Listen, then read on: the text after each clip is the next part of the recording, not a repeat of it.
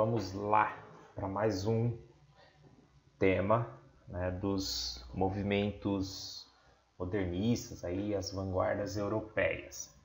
O vídeo anterior, o professor comentou sobre o impressionismo, né?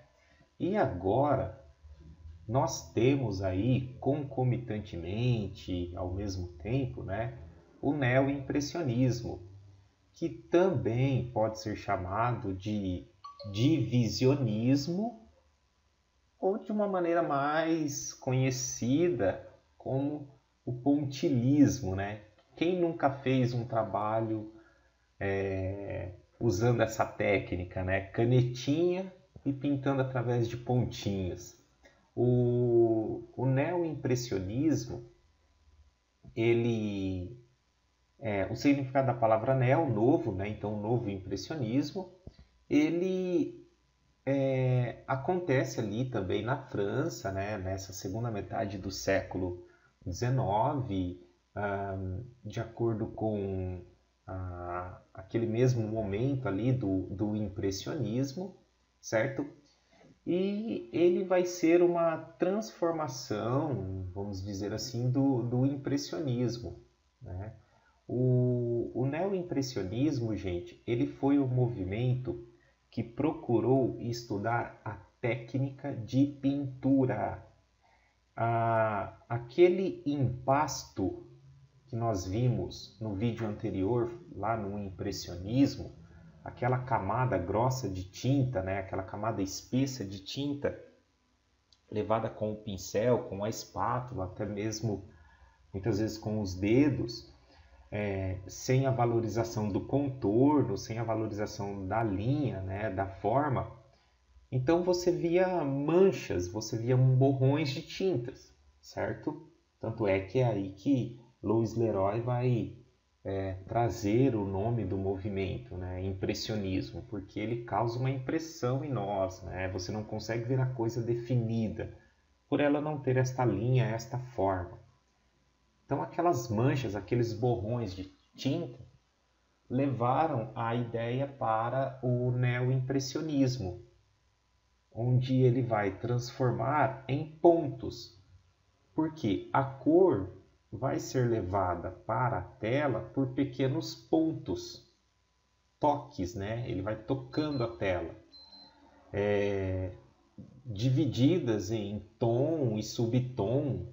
Daí vem o termo, né, pontilhismo, divisionismo.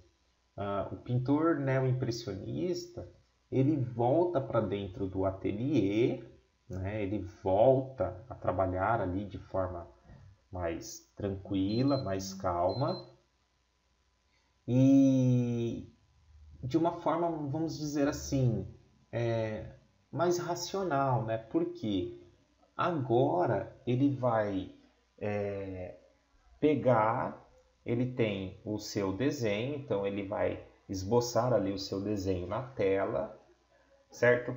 E com o pincel e a tinta, ele vai tocando esta tela de forma aleatória, né? Os pontos eles vão sendo colocados de forma aleatória. Esse ponto ele não vai ser colocado em sequência, tá? Seguindo uma sequência certinha, não. Estes pontos eles vão sendo colocados próximos uns dos outros. Se eu quero a cor bem intensa, então eu aproximo estes pontos. Se eu quero uma cor um pouco mais suave, eu vou meio que distanciá-los. Então eles iam trabalhando com os pontos desta forma, né? De maneira aleatória, ali tocando a tela de forma aleatória, aproximando ou então distanciando de acordo com a sua proposta.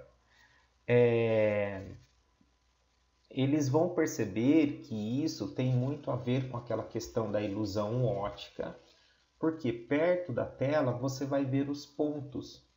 Só que quando você se distancia, estes pontos se misturam, eles se embaralham. E aí é onde a cena, o desenho, ele vai surgir, ele vai acontecer. No neoimpressionismo, o artista ele também ignora a linha, ele também ignora a forma, né, como fizeram os impressionistas. Porque se ele colocar linha, ou a forma ali estiver presente, a técnica dessa pintura, ela então não vai surgir, né? Ela não vai acontecer. Por que ele volta a trabalhar dentro do ateliê? Porque esse processo é um processo muito meticuloso, né? Que requer uma atenção por parte do artista. Se a gente olhar as telas do neoimpressionismo, você percebe que são vários temas, não tem um tema específico, né? O artista ele tem uma memória, vamos dizer assim, fotográfica, ele usa a fotografia como inspiração para os seus temas e tal, e ele vai então desenvolvendo esta técnica. Como tem a ver com essa questão da ilusão ótica, os artistas do neoimpressionismo, eles perceberam que, ao invés de eu usar uma cor que nem, vou dar um exemplo aqui, o laranja, ao invés de eu usar a cor laranja, eu vou fazer o pontilhismo intercalando duas cores, vermelho e amarelo. Então, próximo da tela, eu estou vendo vermelho e amarelo. Só que quando eu mantenho uma distância, estes pontos vermelhos e amarelos, eles vão se misturar. E aí, qual é a cor que vai surgir para o observador? O laranja. Então, ele percebe essa questão ilusórica, né? Ele trabalha com isso. Um dos nomes importantes, né, que vem aí trazendo o movimento é o George Cerruti, né? O Cerruti ele é um dos precursores, uma das obras bem famosas que abre esse movimento é esse daqui, Tarde de Domingo. Você vê que ele continua com aquela ideia da sombra luminosa, como os impressionistas, né? Só que a técnica, a forma como ele desenha, a forma como ele pinta, vem a ser por meio de pontos, né? Ó, eu particularmente gosto muito dessa tela aqui, desse trabalho dele, do Reicha. Então você vê que são pontos, né? Você observa, você não tem a linha, o contorno que forma. Então o neoimpressionismo é a técnica mesmo, é a técnica de pintura, né? Não tem que a gente discutir, digamos assim. Outro cara que marca aí o neoimpressionismo é o Paul Signa, né?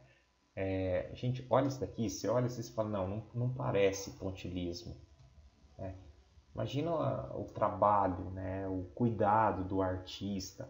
Veja que as sombras são luminosas, vejam que os temas são bem aleatórios, né? Tem meio que aquela influência também da fotografia, né? Olha só. Tá? Aí é claro que cada obra tem um significado que o artista desenvolveu ali. Olha aí, olha o reflexo. Olha o amarelo, olha a presença do azul, olha, ó. Gente, é muito impressionante. E se você aproximar, você vai ver que são pontos. E quanto mais distante da obra, muito mais nítido ela se torna para o observador, né, dentro desta ilusão ótica. Quanto mais perto da tela, mais difícil é de você identificar, né, porque você vê os pontos. Aí quando você se distancia, quanto mais distante, muito melhor a sua interpretação, né, a sua forma de ver os detalhes, o que está sendo representado, né? Olha só, eu particularmente sou fascinado pelos trabalhos do Paul Signa. Então, essa é a ideia do movimento, tá, gente? Não tem que nós ficarmos discutindo aqui. Essa questão ilusórica que envolve a técnica de pintura por meio de pontos. Ele pega aquele impasto lá do impressionismo, né? Sem a linha, sem a forma, sem o contorno, e transforma aqui então nessa técnica de pintura, né? Ok? E aí ele volta para dentro do ateliê e ele vai trabalhando estes pontos de forma bem cuidadosa ali para poder conseguir o efeito visual. Então acaba sendo uma coisa mais racional, né? Para você conseguir esse estudo, esse efeito. Beleza, gente? Obrigado. E o nosso próximo vídeo vai ser sobre o pós-impressionismo.